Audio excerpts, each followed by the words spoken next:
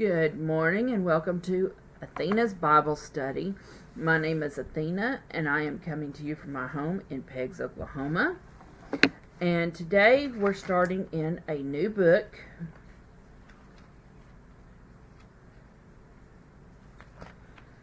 And our reading is going to come from the book of Isaiah. I am trying to get there right now.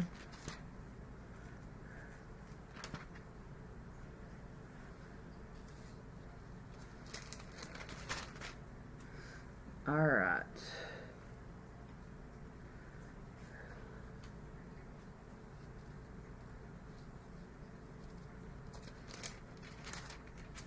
There we go. All right. The title of this is Sin, Judgment, and Restoration. God will judge the sinner, but forgive and restore the penitent.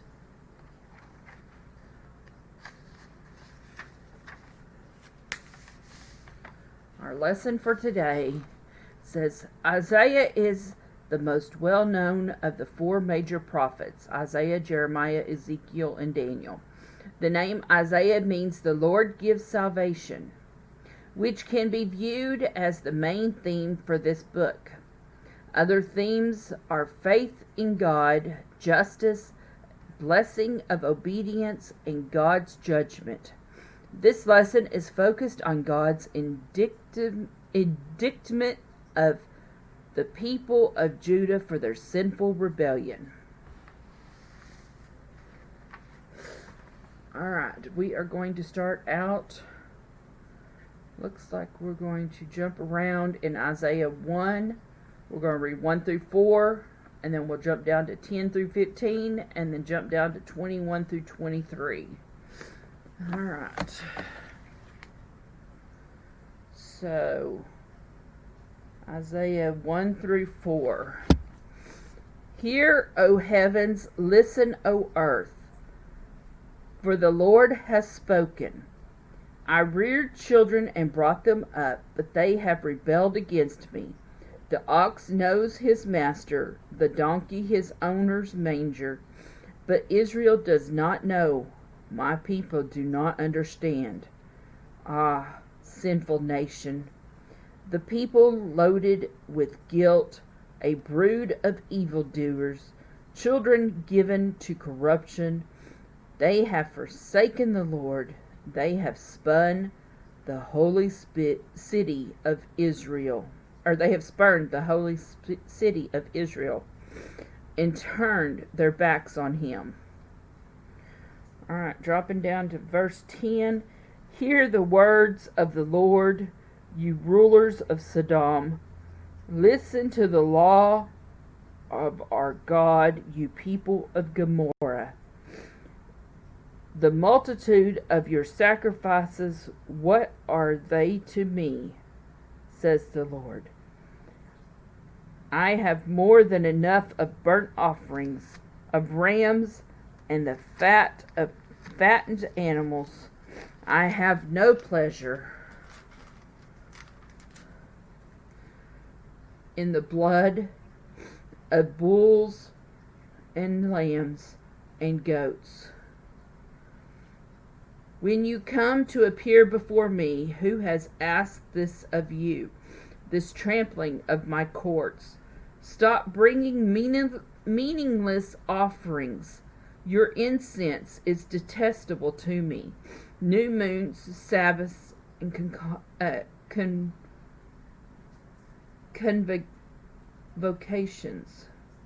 convocations. I cannot bear your evil assemblies, your new moon festivals, and your appointed feasts. My soul hates. They have become a burden to me. I am weary of bearing them. When you spread out your hands in prayer, I will hide my eyes from you. Even if you offer many prayers, I will not listen. Your hands are full of blood. Now dropping down to verse 21. I see how the faithful city has become a harlot. She once was full of justice, righteousness, used to dwell in her house, now murderers. Your silver has become dross, and your choice wine is diluted with water. Your rulers and rebels, companions of thieves, they all love bribes and chase after gifts. They do not defend the cause of the fatherless. The widow's case does not come before them. All right. God brought his indictment against the people of Judah as a loving and wounded father, making their sins known to them and pleading with them to turn from their sinning and repent. God had made the people of Judah his own children, whom he had nourished and brought up, only to see them rebel and turn their backs on him. They had become like the sinners who had inhabited Sodom and Gomorrah. Because of their sinfulness, the religious rituals and sacrifices of the people of Judah and Jerusalem meant nothing to God. Jerusalem, once filled with justice and righteousness, was filled with people likened to harlots and murderers. Justice and righteousness had been replaced with injustice and unrighteousness. The people were like dross, the waste from refining silver. Their leaders mistreated the poor, the fatherless, and the widows. God loves sinners, even though sinning is deeply offensive to him. Because God loves, he corrects, forgives, restores, and wants us to move out of sinfulness into the right relationship with him. God wants us to move past the religious activity into life-transforming fellowship with him as our Father in heaven.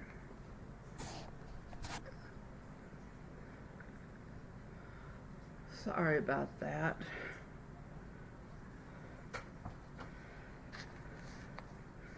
All right. Next section is going to be called to repentance. Isaiah 1:16 through 20. All right.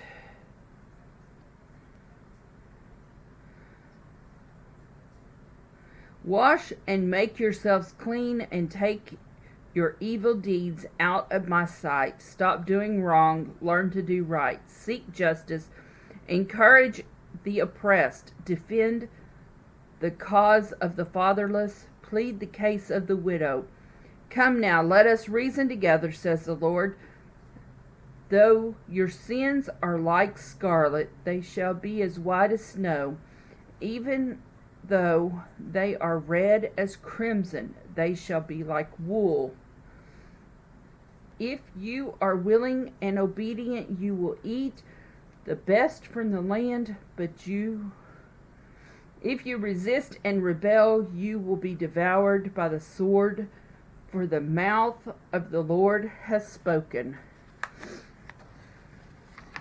All right.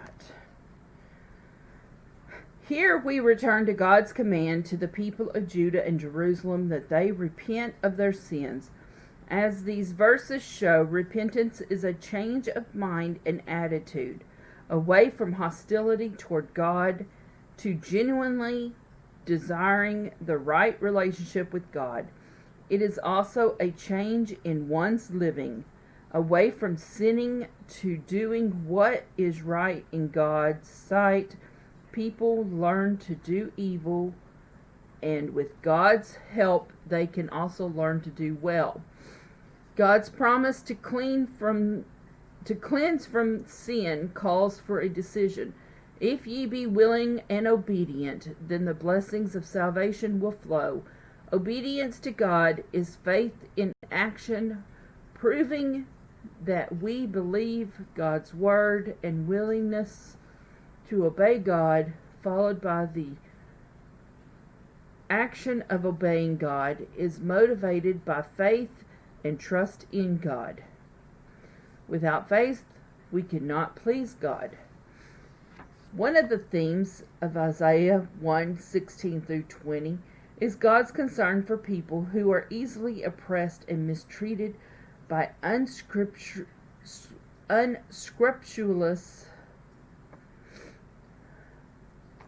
people.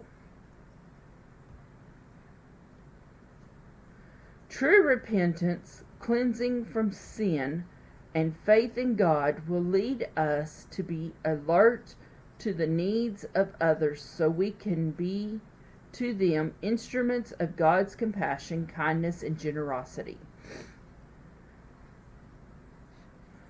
All right, let's read Isaiah 1:24 through Isaiah 2:5.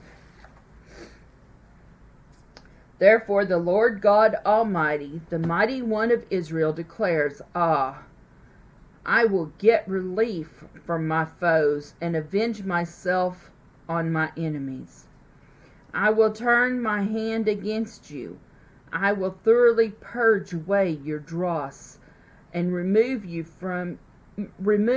all your impurities. I will restore your judges as in the days of old, your counselors as at the beginning.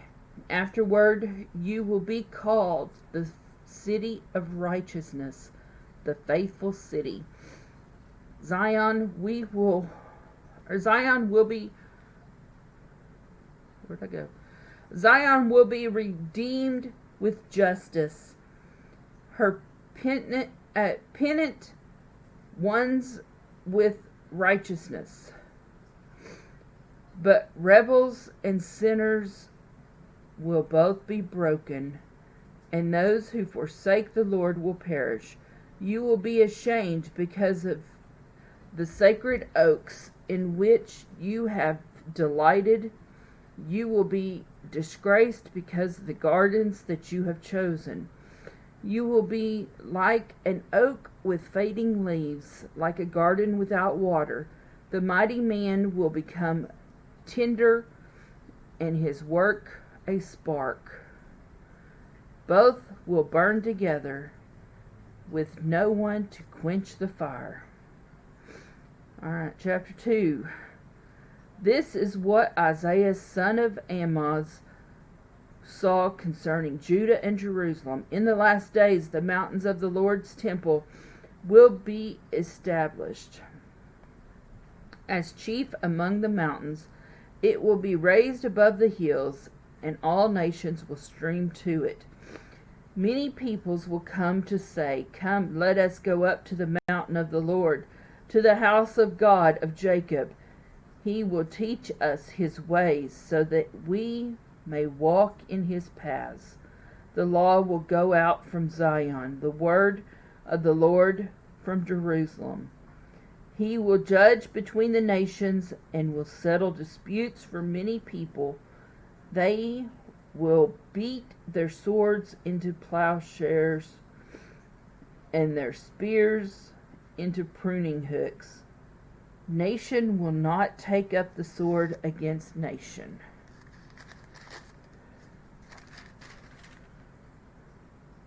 Nor will they train for war any more. Come, O house of Jacob, let us walk in the light of the Lord.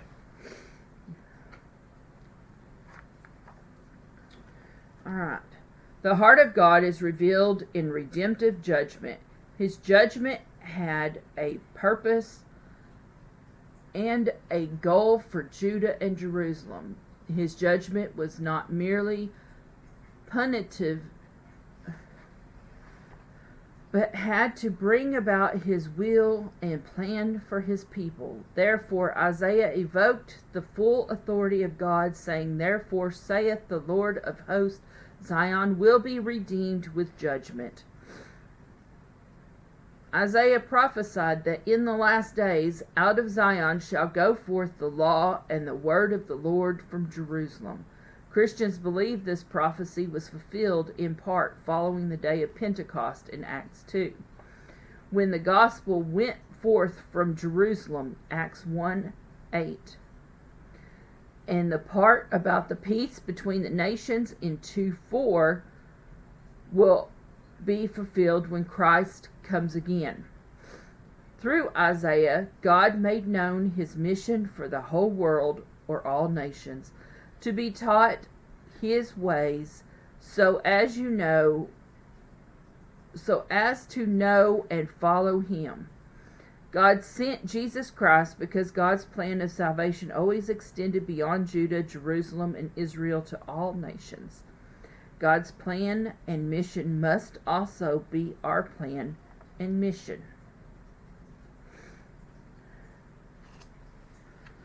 All right.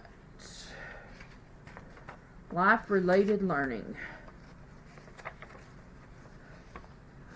Dr. Raymond Crowley asked me to write a drama for evangelism department for presentation at the 1982 General Assembly Conference for Evangelists. As I began to ponder how to best depict the mission of the ministry of an evangelist, my thoughts turned to an unforgettable sermon I heard from Dr. J. Frank Culpepper about the prophet Hosea and his wife. I wrote a drama entitled Ministry of Love, based on the biblical story about the love of Hosea for his unfaithful wife. As the author and director of this drama, I selected a cast of characters from my peers, evangelism directors, and their wives. My dilemma was, who among them would I dare ask to play the role of Gomer, Hosea's wife, who was a prostitute? Having too much respect to ask one of my fellow sisters to fill this role, I decided it would have to be me. By default, Bob, my husband, stepped into the role of Hosea with me. The Spirit of the Lord blessed the presentation of the drama. Afterwards, when we got back to our room in the hotel, my mom and dad were there, waiting to embrace me and to give a prayer of thanks to God for making the drama and a blessing to those who saw it. Then my dad, a pastor, said something to me that I cherish to this day. Hun, if you ever do this drama again, I love you too much to be there to watch it. I could never see you in any other life. This is what God felt, seeing his son Jesus on the cross, bearing the sins of the whole world. Is this what God felt, seeing his son Jesus on the cross, bearing the sins of the whole world? When Jesus felt abandoned by God, it was too painful for God to see his son as anything other than who he really was, God's eternal and perfect holy son. Hosea's unfaithful wife sold herself to another man, but Hosea found her, redeemed her from her self-imposed slavery, and brought her back to himself because he loved her. What Hosea did for Gomer was symbolic of God's love and unfaithful Israel, and God's love for all who are slaves of sin. As believers in Christ, our ministry of love to the unsaved is based on the fact that God will have all people to be saved and to come to the knowledge of the truth. 1 Timothy 2, 3, and 4. And that was written by Mrs. Patricia Dodery. All right. Daily readings. Number 1. Jeremiah 2, 4 through 13. Jeremiah 2, 4 through 13. God's case against Israel. In Jeremiah's time, God's people had forgotten that he was their only Savior. We love the spiritual mountaintop experiences. The problem with that is, on the mountaintop, we tend to forget when we are in the valley experience and who God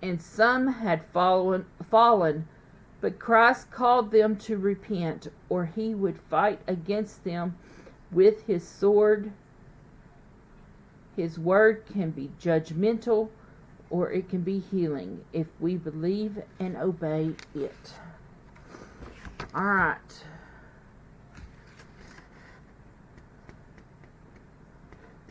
Tomorrow we will go to Isaiah 34 and 35.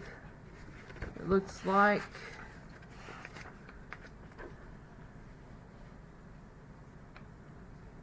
And today's lesson was titled Sin, Judgment, and Restoration. God will judge the sinner, but forgive and restore the penitent.